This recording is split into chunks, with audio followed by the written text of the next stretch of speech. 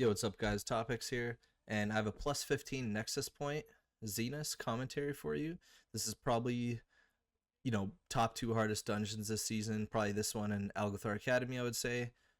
Maybe it depends on the class you play, but it's what it feels like for me at least. This first pull, pretty common, big lust pull. You go left, you gather at least 3, 4 mobs. This is actually a little bit reserved. I've seen people do much larger pulls than this. I need to pause it because there's some important things to talk about here quickly. The reason why you want to go super big here with Lust is because this left wing is absolutely diabolical. Not only does it do crazy amount of damage group wide because of the pulsing magic damage from the sears on this wing, but you also have the arcanist that puts magic debuffs on people. You have the engineers that put these 3 debuffs on people where if you move while you have this, it does damage, but you have to move a little bit because you're going to end up dodging some puddles. And then there's a caster, so there's just a lot going on. Meanwhile, the defenders, which there's 2 here and another 2 trailing, put a stacking absorb shield debuff on the tank. This can be healed off, which is what I'd recommend. Like healers, you need to try and heal this off at 2-3 stacks, because if it gets much higher than 3 stacks, you're probably not going to be able to heal it off, which means it's just going to build and build and build on the tank to the point where they just have to like perma-kite until it drops, and it's an 11-second absorb shield. So if the tank is dropping low and they've got like a 20 stack of this, they're literally just gonna have to kite for 11 seconds until it drops. So maybe even doing another pack in addition to this, like this adept over here too or something, is worthwhile, but it was only a 15, so I kept it kind of reserved. And I would call this reserved for a first pull. So you can see everything that's going on. You got the debuff circles where players shouldn't move with. You got the transference, which is the magic dot on people. And then you got the defenders putting the stacking absorb. But as you can see, the absorb is going away because my healer keeps topping me. But now I have a 4 stack, which is very hard to heal through. But he does it. Yeah, you just got to make sure that doesn't get too high on your tank. Otherwise, it can get very dangerous. So going to the next pull here, I pull the seer, and then this 3-pack over here. These seers are the worst mobs by far on this entire side. They do pulsing damage to the group. They spawn a ton of puddles, and they'll try and charge.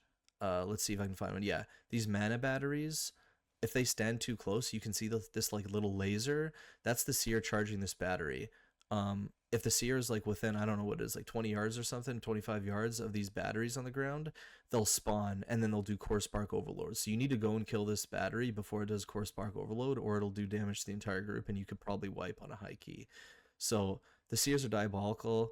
They're absolutely your priority target. I would try and not pull too much with them. Like pulling 5 mobs with the seer is about as much as you want to do. This is actually even a little ambitious, to be honest. I've seen people in 18s pulling only like 3 mobs with these seers. All right, so moving on. After we finish this pull off, which as you can see it takes a while, um, I'm going to move up here and pull another 4 mobs with the seer. So again, we're just doing a 5-pack here.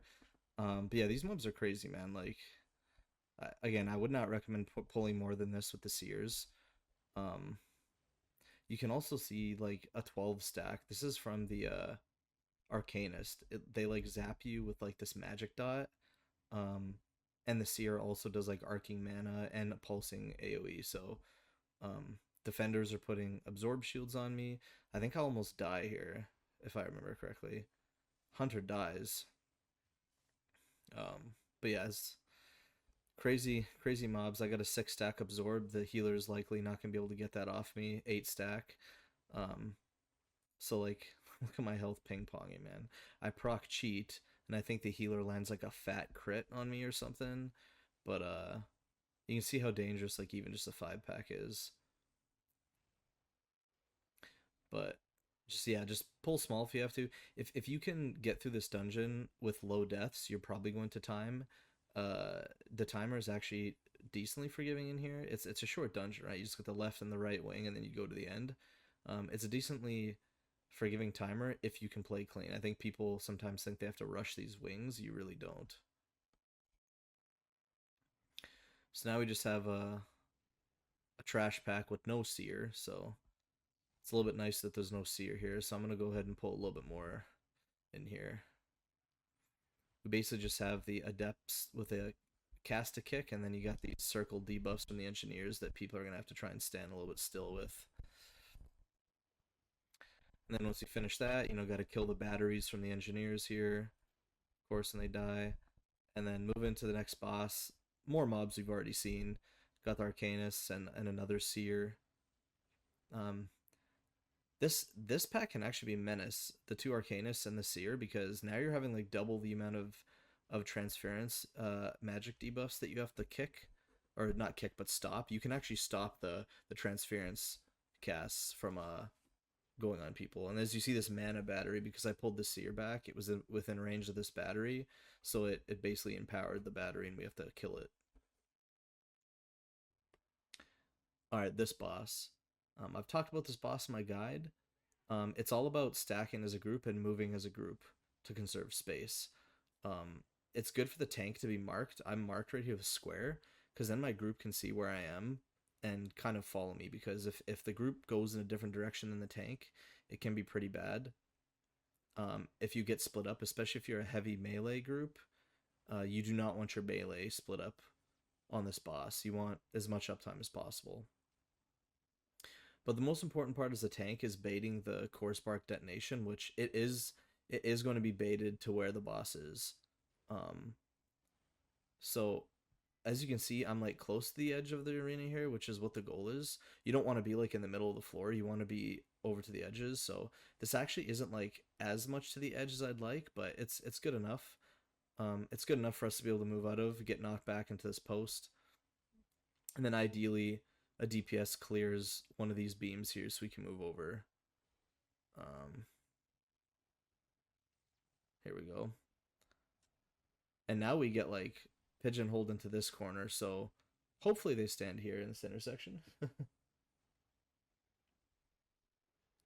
yeah, it's all about baiting that core spark detonation and just making the best use of your space and moving together as a group. So this reflux charge though, you can actually spell reflect it. Every time spell reflect is up and that reflux charge cast goes out, press spell reflect and you will hear a reflect go off. I don't know how much magic damage or what exactly is reflected. I just know it works on this boss. But we're gonna skip this, move to the next pull. This next pull is actually spicy. I think there's probably a few different ways people pull this middle area. I usually just do the 2-pack defenders with this middle pack here. Because you have the lingering image, which is just going to do the tank buster and leave behind a dot. And then you also have the defenders putting an absorb. So the scary part is when you have the dot right here with the absorb, right? Because your health is ticking down while the healer is trying to heal through the absorb. If you see that overlap, definitely defensive. But I guess my best advice is to not underestimate this pull, even though it's only 6 mobs. It can get extremely spicy. So now I have this 6-second fire dot, and I'm getting absorbs. The healer keeps healing off the absorb, fighting against my health ticking down. So just don't underestimate that pull. Next pull, we can go kind of big here. This next pull is actually quite easy in my opinion.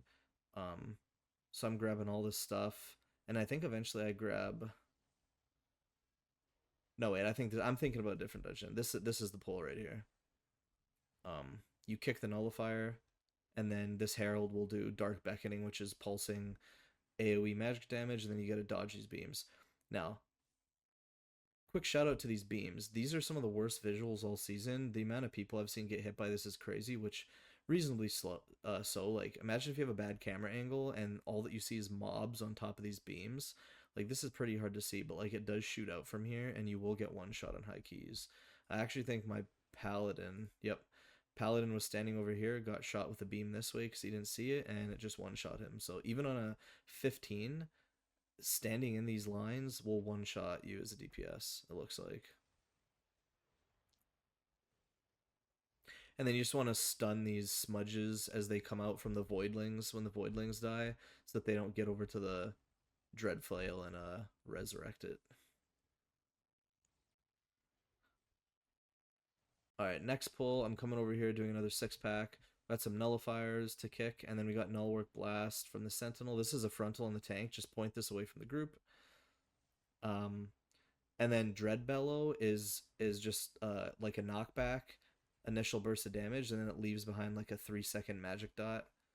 But this pack is like relatively easy for a tank, I think.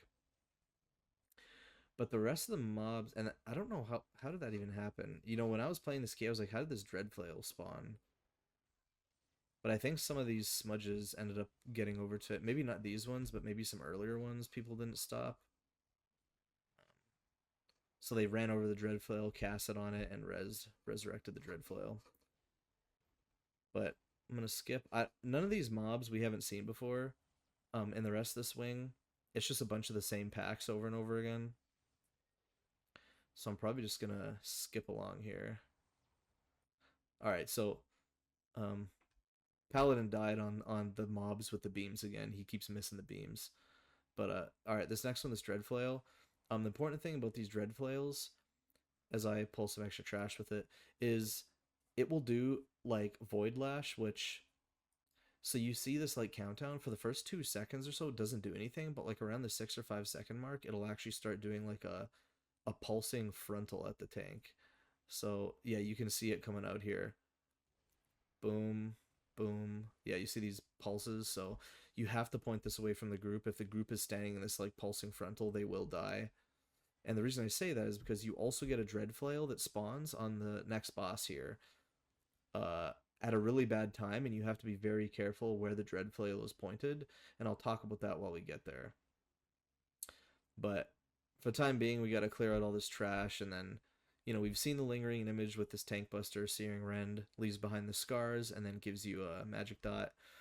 And then we've seen these nullifiers and everything else here, so I'm basically going to skip all the rest of this trash that gets spawned before boss. Yeah, and we're fighting all this stuff, so. Alright, this boss, I would hold all your cooldowns, and even Lust if you have of it, for the burn phase. It's important you get as much HP burned down on the boss as possible, because your healer cannot heal through too many of the burn phases. They will run out of cooldowns. And the tank busters are actually pretty lethal, so you need a defensive for every one of these tank busters. The Umbral Lash, it's like a three hit tank buster with the last one knocking you back, and also leaves behind a magic dot, so you could use like Spell Reflect on that too. So another bad overlap I've noticed is this tank buster's casting while the ads are spawning. I've seen tanks get distracted, like getting ready to grab the ads, and forget that like this tank buster comes out as the ads are landing. So do not like get one shot by this tank buster worried about the ads. So I have another defensive press tier shield wall, and I'm getting ready to go and get aggro on these ads. And here's the Dread Flail I was talking about right here. You got these nullifiers that you need to kick, and the Dread Flail. So this Light Scar Flare that's gonna queue as soon as the boss has done its current abilities is where the like golden image leaps towards the boss, will stun you if you're in the path, and then that's like when the burn phase starts where you have to stand the beam. Now this is going to overlap likely with this Dread Flail doing some type of mechanic, so as a tank you sometimes have to like stand out of the beam and take a DPS loss so that your group doesn't die, and you'll kind of see it here. So here's this Void Lash, right? See the 8-second Void Lash, this pulsing frontal. I can see the image is over here. It's gonna jump to the boss, and then my group is gonna stand in the beam over here. So I'm pointing the Dread Flail away from the group over here.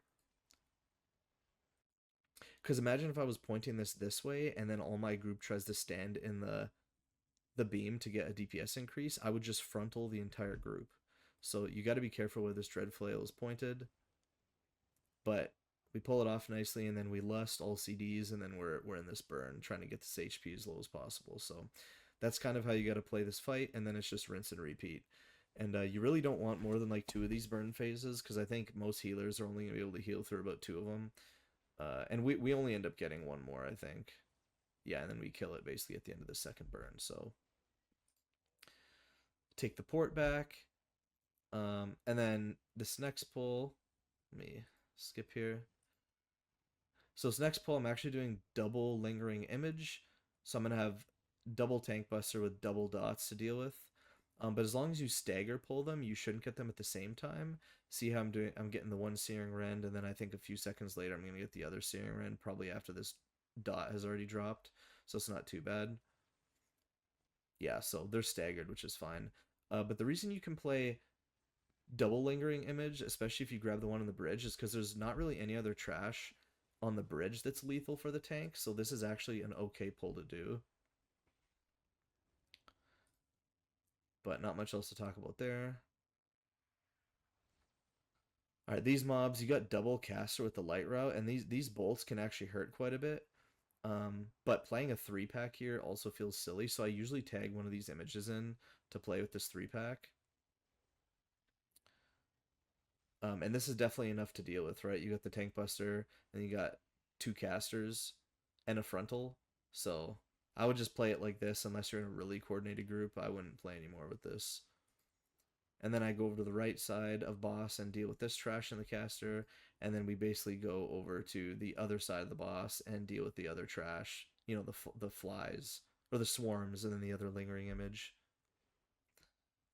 As this pull's about to die though, try and pull it back because the boss spawns as soon as this last lingering image dies. So if you're fighting over here, you might insta pull the boss before you're ready. Like maybe the healer needs a drink, maybe people need rebuffs or whatever the case is. So I always pull it back here so that we're chilling over here when the boss spawns and we don't like insta pull.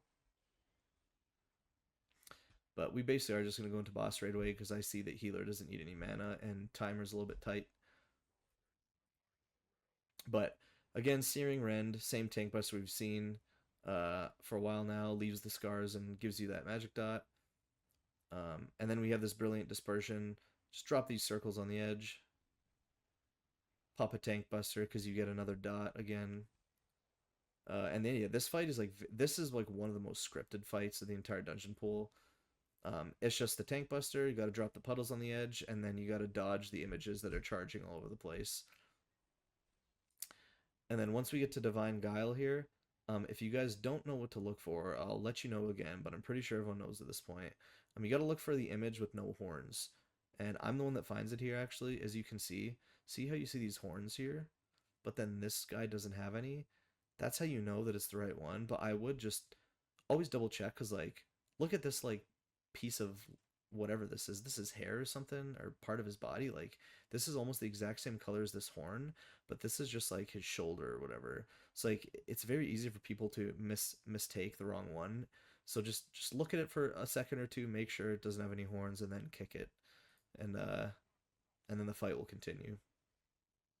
That's basically Lithraxian in a nutshell. We end up finishing off the dungeon with 1:20 left, which is pretty good because we had 5 deaths and not the best DPS. So just shows you, like, take your time on the left wing, play clean, and you're probably going to be able to time this key. But that's the plus 15 Nexus Point Xenas commentary. If you guys enjoyed, leave a like and subscribe. I got more commentaries still coming down the pipe, and we'll see you guys in the next one. Peace.